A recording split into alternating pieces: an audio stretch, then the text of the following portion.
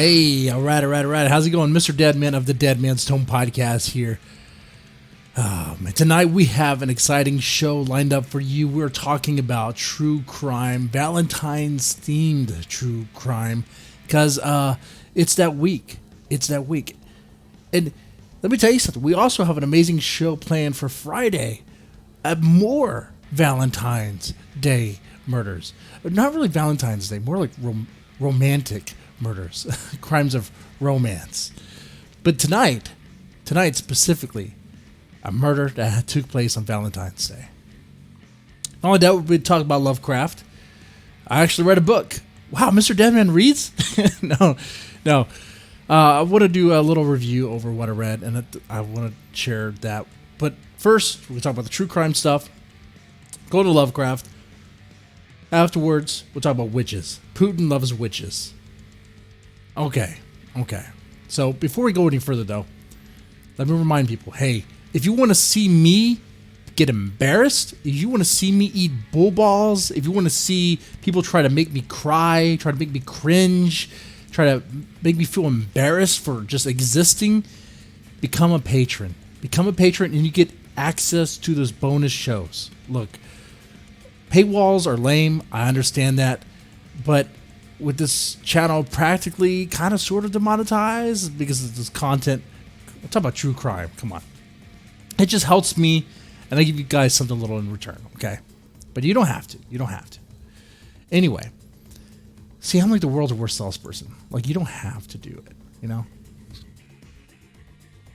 Anyway, let's get started. Oh, man. So much to talk about. Well, as far as murder goes, let's talk about Valentine's Day Killer 2011. Let's talk about Warwick. Shun Warwick. Now, if you don't know who this guy is, Shun Warwick, in 2011, he killed an ex-girlfriend, Tiffany Barnhill. She was 19 years old, and her cousin, Mercedes Ivory. She was 22. Why did he do this? Why? Well, it can't be a Valentine's Day killer or Valentine's Day murder without a little breakup, right? A little heartbreak. And that's exactly what happened here. Apparently, Tiffany Barnhill didn't want anything to do with Shun Warwick. But Shun Warwick was not done with Tiffany. Now, I don't really know why they broke up. I couldn't find any messages or any correspondence, emails, or phone calls that detailed why, really. But when Shun Warwick showed up to her apartment, he already had two other girls with him, and they weren't his mama or his aunt. They were described as young, not that young, okay, but like 19, around that age. So this guy already had other side chicks, so just following him, shadowing him to his ex-girlfriend's apartment. Who are these other girls, right? That's a question I have, really. But it really paints a picture of someone who might be playing the field. So maybe Tiffany Barnhill didn't want anything to do with a player, right? It was like, you know what? No, too much trauma. I know what you've been doing. So she ended it with him. Okay, and rightly so. Now,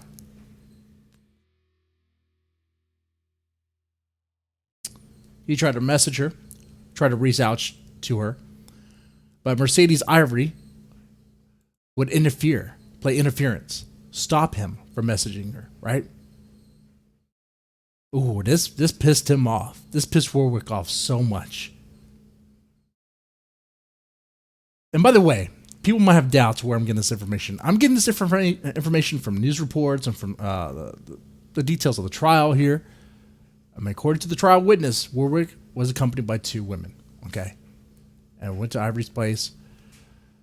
The women waited outside while Warwick kicked in the front door, went inside the home, started blazing unloaded. Using a .40 caliber pistol, and he discharged 14 rounds. He emptied the clip. He emptied that clip.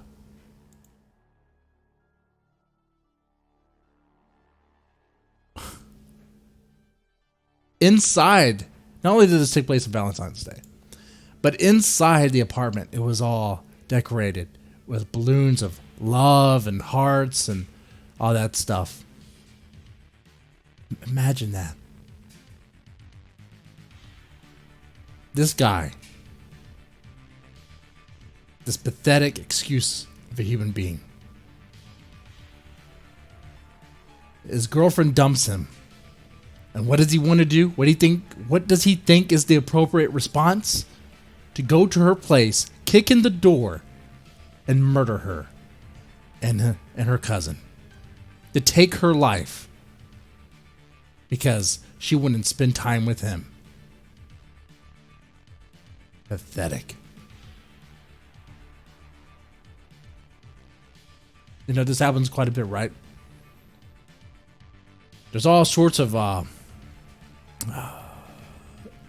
stories like this.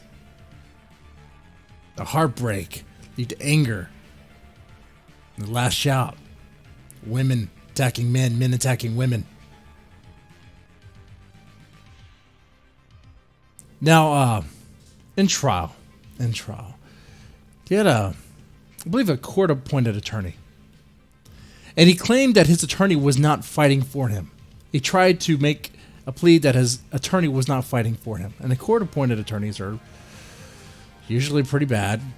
But even the attorney was like, look, I tried, Warwick was trying to say that his attorney did not prepare him for the hearing. He's like, Your Honor, that's totally crap. That's total crap. I tried to reach out to him, but he refused to talk. And then his mom would interfere and refuse to talk. I mean, if you won't talk to your attorney, then that attorney's supposed to defend you. And then, while your attorney is trying to defend you, you write slurs or insults about your own attorney. You have some disparaging remarks about him. That doesn't look too good. That doesn't look good at all.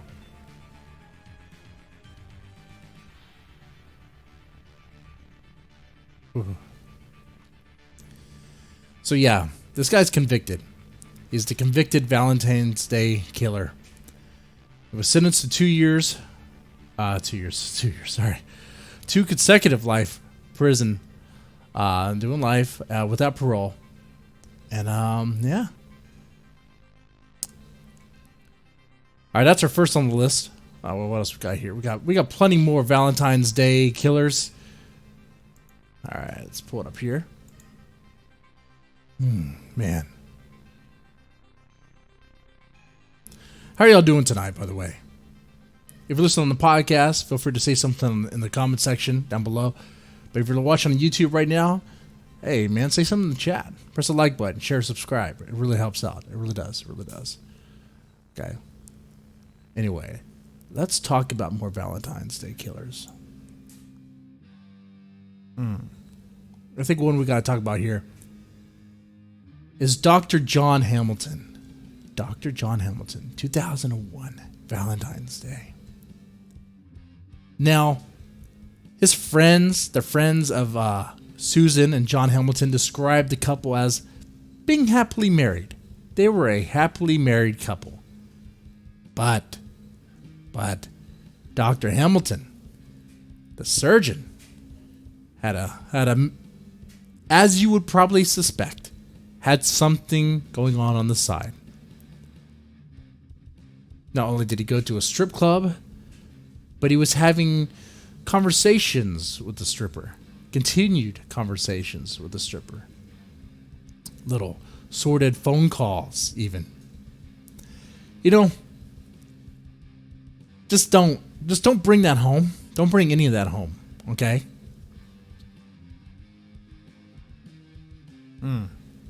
So, John Hamilton, apparently bought a bouquet of flowers for his wife on Valentine's Day. He came home between surgeries. His story is that he allegedly found his wife dead in a pool of her own blood. How did she get there? She apparently strangled herself, if we were to believe his story. This big brain surgeon, if we were to believe his story, somehow his wife strangled herself with two, not just one, but two of his neckties. And then bashed yourself in the head so frequently, so hard, that bits of her skull were showing. That's what we're supposed to believe, that this just happened. That was his story, that he found her like this. Now, anyone with a brainstem can kind of connect the dots. That's weird, man. You come home and you just find her like that. Wow. Was there a break-in to the home? No break-in to the home. Weird. It's almost like she was murdered. But he tried to deny it. He tried to deny. Of course, investigators dug a little deeper. The police found traces of blood and flesh in Dr. Hamilton's car. They also found Susan's jewelry hidden in an underwear drawer, almost as if someone had wanted the police to think a robbery had taken place. So you hide the jewelry that you say was stolen in their own underwear drawer. This guy is supposed to be really intelligent, right? He's a surgeon, right? He's a doctor. That takes a lot of schooling, takes a lot of practice. But when it comes to crime, it's like it's just so haphazard. It makes you wonder, wow, what were you thinking? Of course, a fit of rage, he wasn't thinking. His wife wanted to leave him, wanted to divorce him. Why don't you just take the divorce? This guy should have just taken the divorce, own up to what happened, and be like, hey, maybe we can work on this marriage. Maybe we can work on this. Or not just now. Now she's dead. And he's convicted.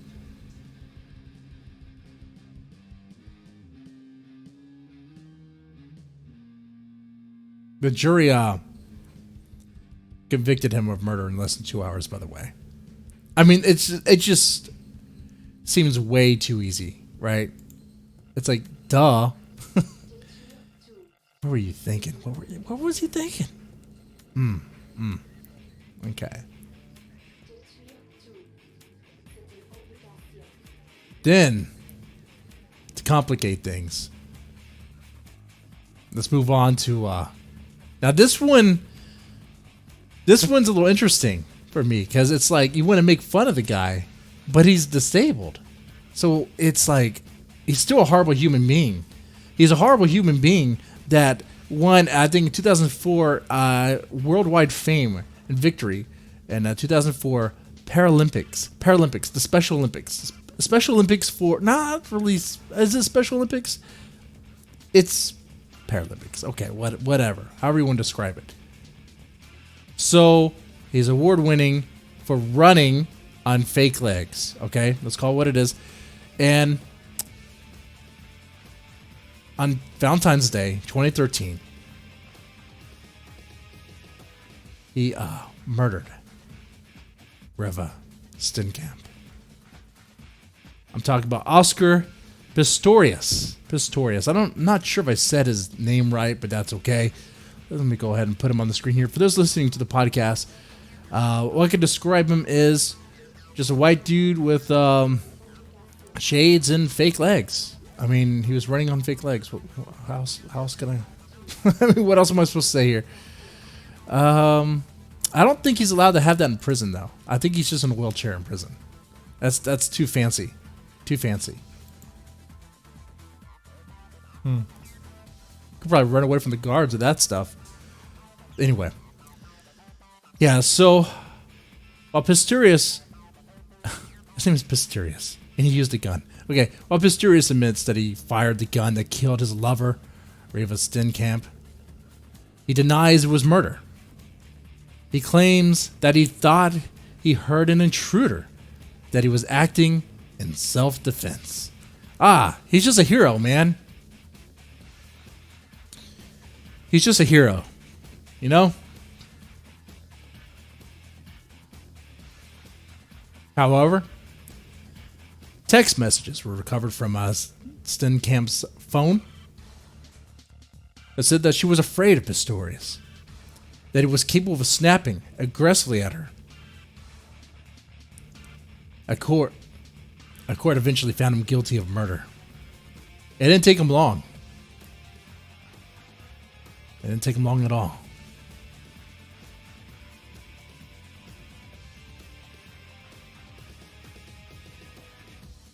Then we got Stacey Choic. Choic? I'm not sure if I'm saying her name right. I'm horrible with names. Stacey Choic. She married her 5th husband, but she wanted him dead. Wasn't sure how, but she was coming up with a plan. She decided to hire a personal trainer known as Mr. Results. I'm not making this up. This is real. This is real. She hired a personal trainer known as Mr. Results, who moonlit as a hitman. She hired him to take out her husband unsuspectingly, using a he just rolled up on him with a gun. She told her husband she wanted to exchange Valentine's Day cards in a public park. Okay. Like, I wonder if there was any signs leading up to this. Anything at all. Because that's pretty cold, right? How bad must that marriage be? We're talking about her fifth husband. Her 5th husband. Look, I don't know what happened between them and their marriage, but at husband number 5, she's the common denominator, right? There must be something about her that is just so bad. Right? There has to be. You can't. Anyway, husband number 5, I wonder what happened to her first 4. Did she kill them too? I don't have her picture saved, but man, she has some hairy arms. Anyway, husband number 5 gets Mr. Results to shoot him. He's expecting to exchange cards. He's there at the park. Mr. Results, a bald black guy with a beard, not making this up, rolls right up to him. He's like a black Mr. Clean with a beard. Rolls up, shoots him. Now, I asked this before on the podcast, and also on this channel here. What is the value of a human life? What is the value of a life? Apparently, her 5th husband's value is $10,000. She paid the hitman $10,000 to have him killed. However, she had a life insurance policy on her husband worth $500,000, which she claimed.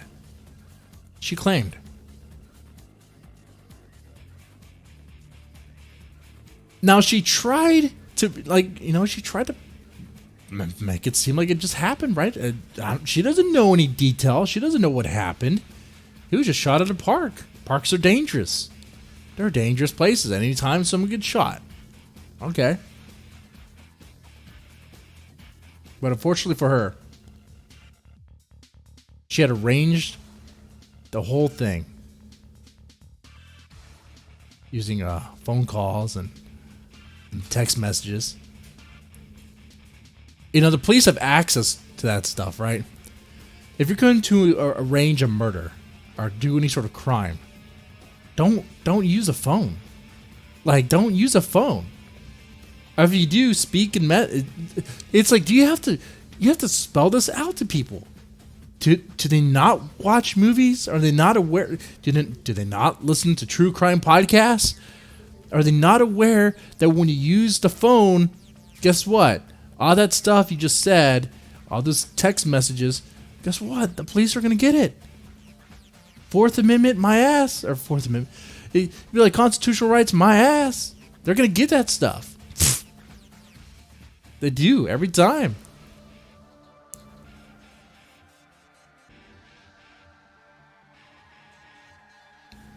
Every time. So that's how they got her. That's how they busted her. She's supposed to be spending the rest of her time in federal prison. Yeah. I hope so. I need to follow up on her. See if she...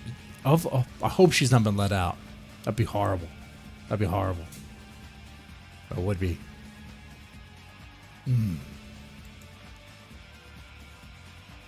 Oh, thanks for the like, by the way. Now, if we could share this out and let people know that I'm live right now talking about true crime, Valentine's Day killers. We got a few more murders. I didn't want to talk about Lovecraft stuff. All right, let's see. Let's talk about... you know what? Let's do... Okay, let's do this guy right here. Husband murders wife and stuffs pieces of her body in garbage bags and blames the police for everything. Okay. Okay.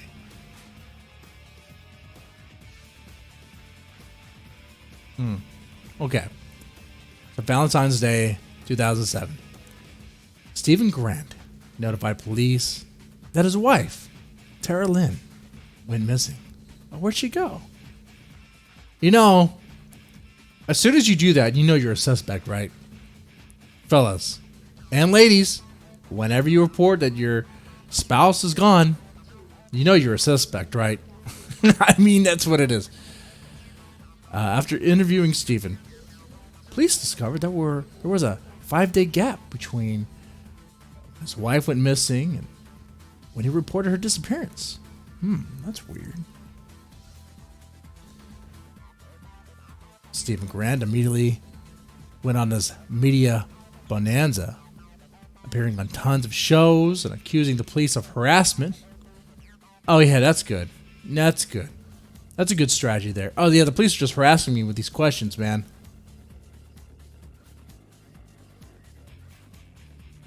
When you hate on these cops, man, they're not doing their job. They're just keep on talking to me, keep on thinking I'm a suspect. I don't know what happened to my wife. Getting super defensive, trying to deflect, trying to change the conversation, huh? However, the police executed a search warrant on Grant's home, and they found pieces of Tara's remains on the floor of the garage. Now, you would think if Stephen Grant would have spent the time he spent going on live TV appearances and put that time towards cleaning his house, cleaning the evidence, that they wouldn't have found anything.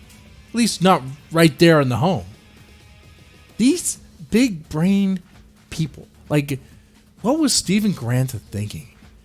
He murdered his wife and then cuts up the body, puts her in bags, and thinks what?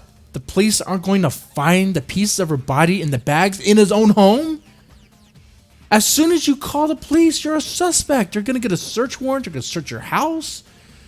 I mean, look, I'm not going to advocate commit crimes. Don't commit crimes. Don't kill, right?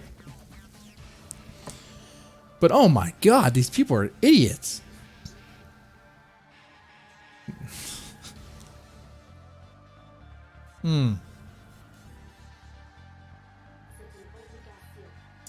You couldn't write a true crime this bad. If you wrote a true crime, or you wrote a crime fiction novel, crime fiction short story this bad, it would just, it's too easy. The story would end like within maybe 3,000, 4,000 words. Anyway. According to this information here, Stephen Grant had apparently tried to dump his wife's body in a local park, but moved it back to his garage after hearing the police would search the park. Well, of course they would search the park. They would search everywhere. What do you think the police do? Come on, say something in the chat. Is Stephen Grant a retard or what? What's going on here? It's pretty bad, right? I would show a picture of him, but it's like, well, actually, let me see if I can get a picture of him. That'd be great. He looks like what's that actor's name? He played the dentist in Hangover. He played what's his name? One of the characters from The Office. Shit, what's his name? Anyway, so he tried to get rid of the body in a very lazy way, threw it at the park, but then he brought it back home. Okay, smart. Stevie tried to flee. He fled the state, but the police caught up with him in Michigan by tracking a phone call he made to his sister. After being brought in by the police, Grant confessed, saying that he had strangled his wife after she belittled him and bit him. He was sentenced to 50 years. Just 50 years? He killed his wife. He should get life. Oh my God. Right?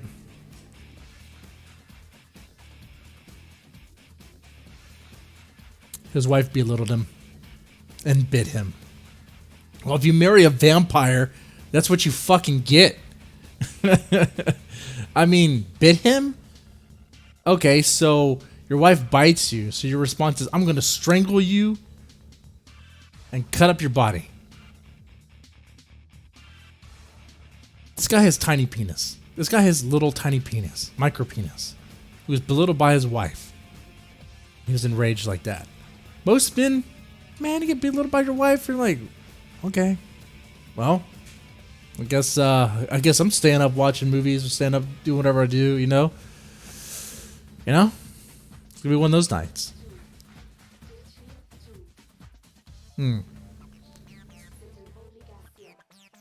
Shit. What do y'all think about this? Any thoughts? Any comments?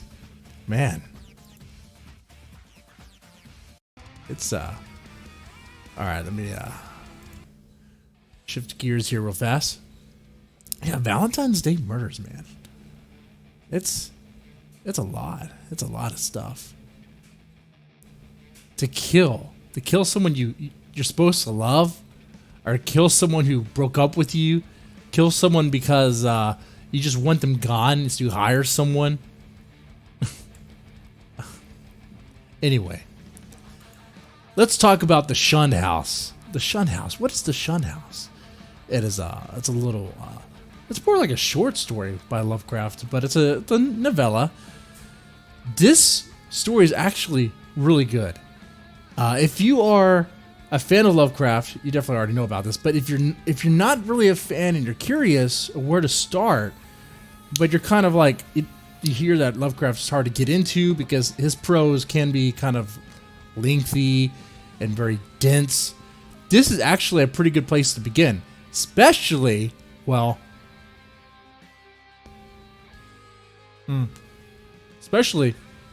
I think this story, the Shun House, really appeals to modern, I guess, people of the modern age, really, especially if those are like really into paranormal investigation stories, paranormal investigation shows like Ghost Adventures and Ghost Hunters, stuff like that.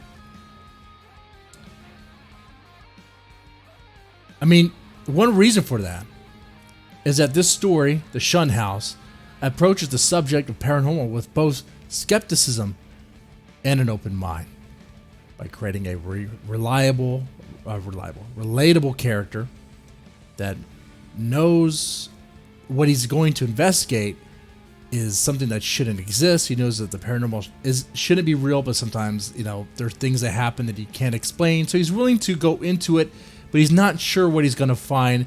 And even if he does find something, there's still this uncertainty, right? That's something that exists in a lot of Lovecraft's work, is uncertain about your sanity, okay? So it's very Lovecraftian here, all right?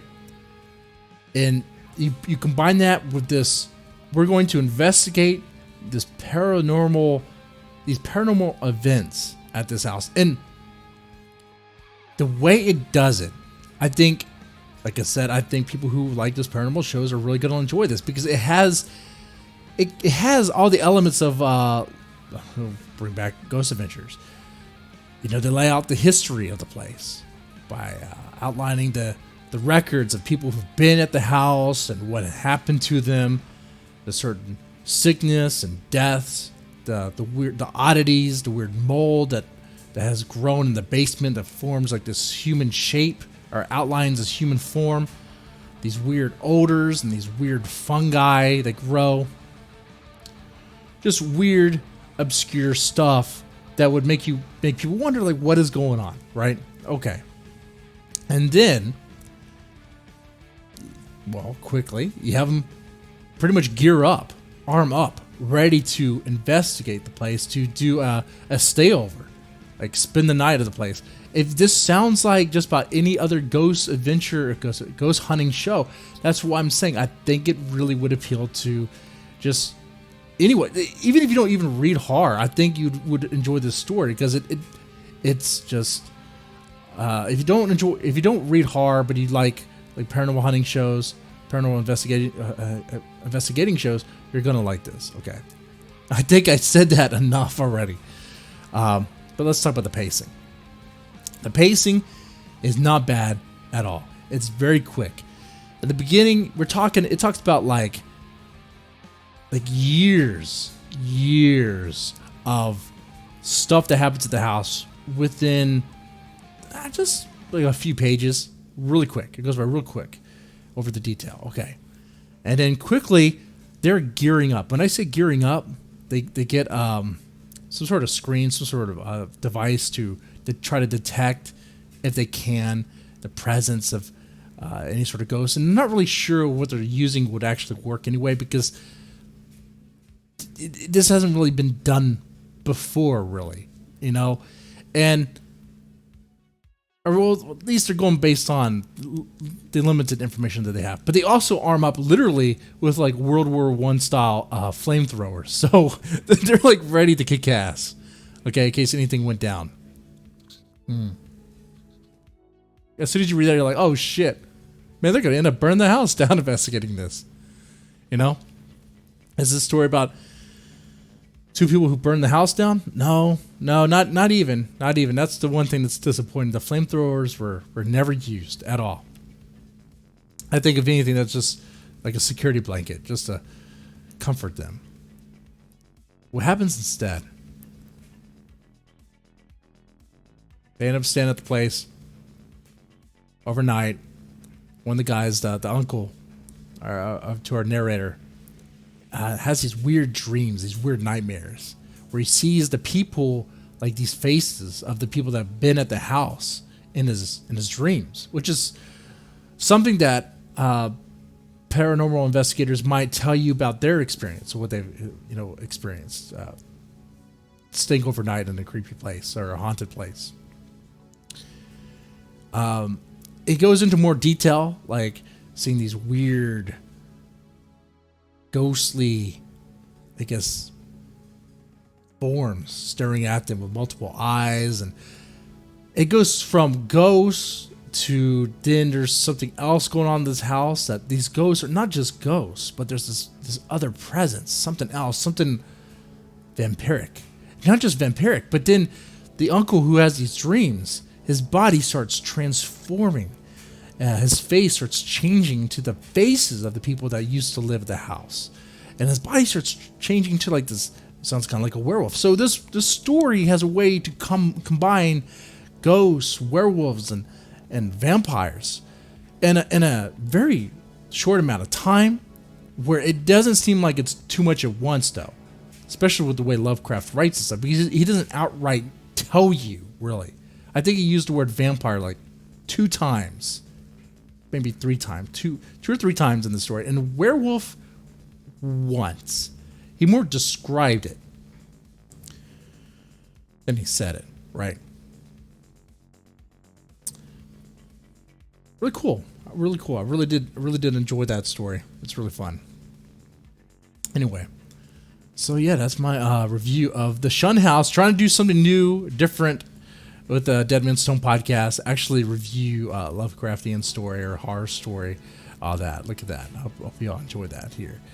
Yeah, making some changes. Been hearing what some people have said and responding to it. Look at that. Look at that.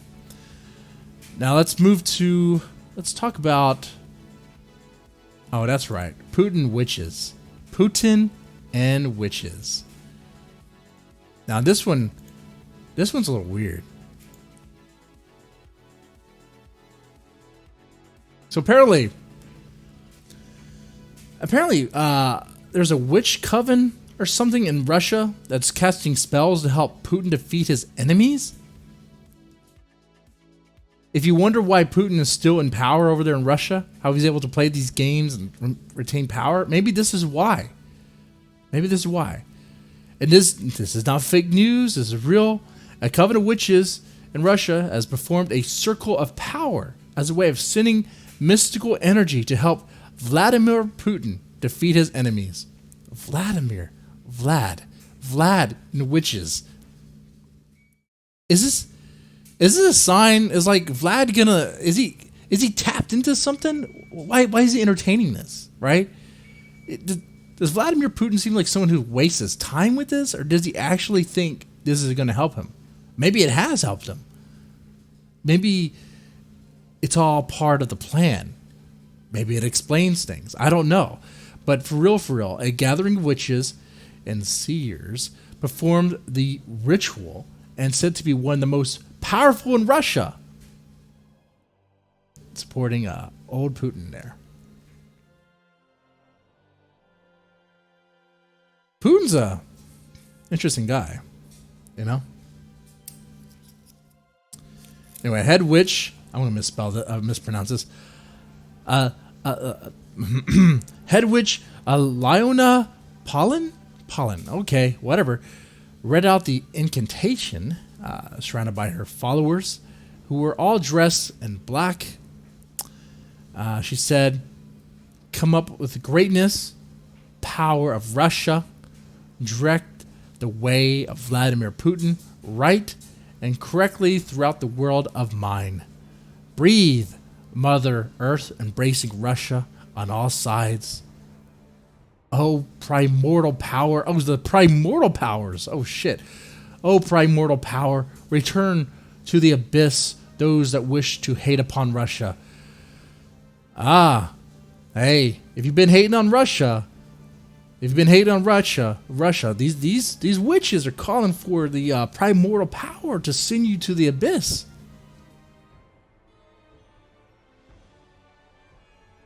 We talk bad about them. This is real. Now, what if this actually does something? And the other thing, who are Putin's enemies? I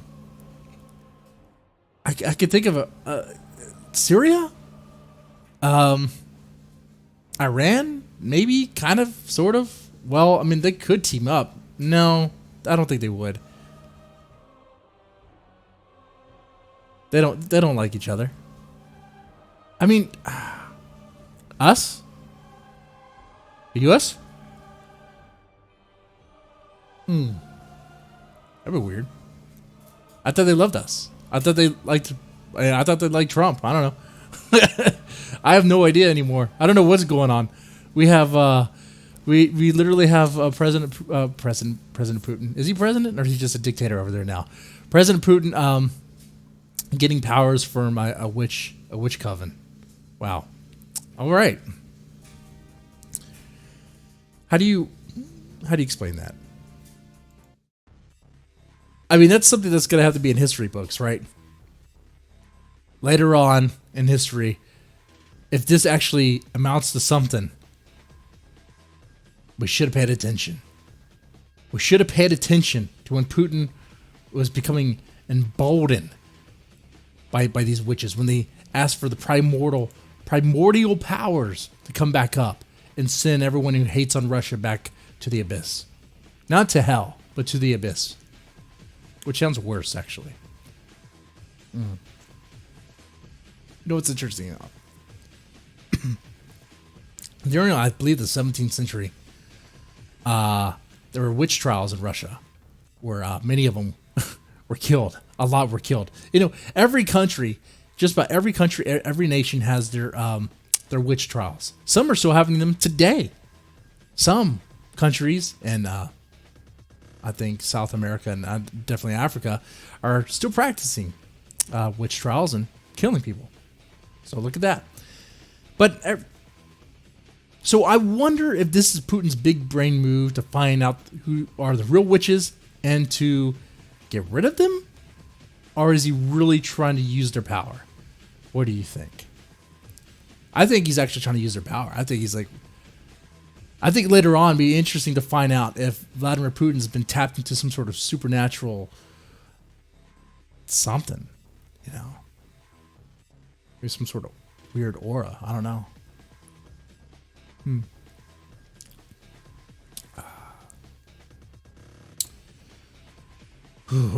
That's real stuff. You don't make that up. No. That kind of exhausts what I had planned here on the list here. But I do have a caption contest. For those that are in the Dead Man's Tome fan club. The Dead Man's Tome fan club over there on Facebook. If you're part of that group, you can participate in these caption contests there. If you're not on Facebook, that's fine. I'll try to host these caption contests in other places as well. Let's see. Going right now. Let me pull up the image of what it's about, and I'll read the captions. All right. If you're listening to this on the podcast, I will describe to you the picture. It is a creepy Ronald McDonald staring out a window of a McDonald's conference center. Now, why McDonald's? Why I've been talking about fast food McDonald's for like the past 2 weeks. Dead Man's Tome Deep Fried Horror Cthulhu Cheeseburger. Come on. That thing is awesome. It's out. If you like Lovecraft, if you like Lovecraftian horror, if you like the Cthulhu mythos, you want to have some fun with it, you want to have some fun with that stuff, Cthulhu Cheeseburger does that. Anyway, so let me read these captions here real fast. The winner will definitely get a prize. I'll probably give them out. What I'll do is I'll ship them out a paperback of the Deep Fried Horror Cthulhu Cheeseburger. Look at that. So Stephanie Kelly says, want fries with that. All right. That's good. Christine Romero, look, mommy. What is it? That's pretty good. Jimmy Pudge. All right. I'ma get that penis. All right. That's pretty good. I want to go with the context here with this creepy Ronald McDonald staring out the window.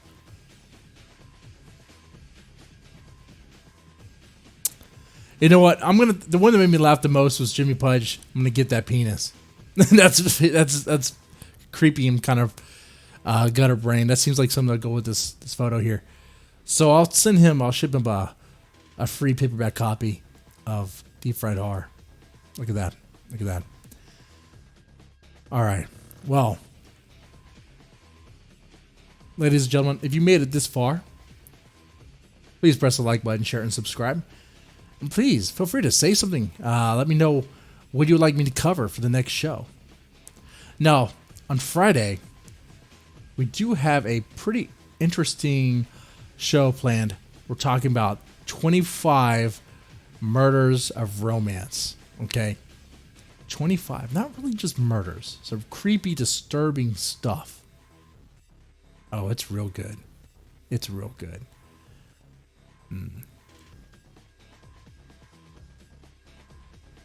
Anyway, with that said, y'all take it easy.